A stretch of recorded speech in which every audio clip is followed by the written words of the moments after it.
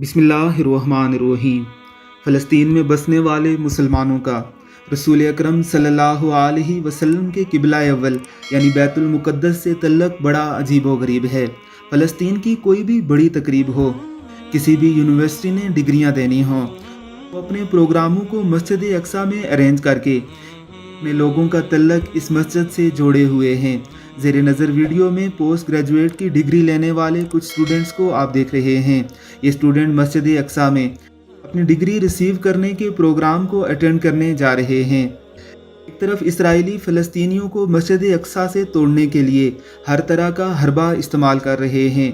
जुल्म सितम से लेकर लालच देने तक के तमाम इक़दामात किए जा रहे हैं। और दूसरी तरफ फ़लस्तीनी हैं कि मस्जिद अक्सा के दरो दीवार से उन्हें अपने घर बार से भी बढ़कर मोहब्बत है।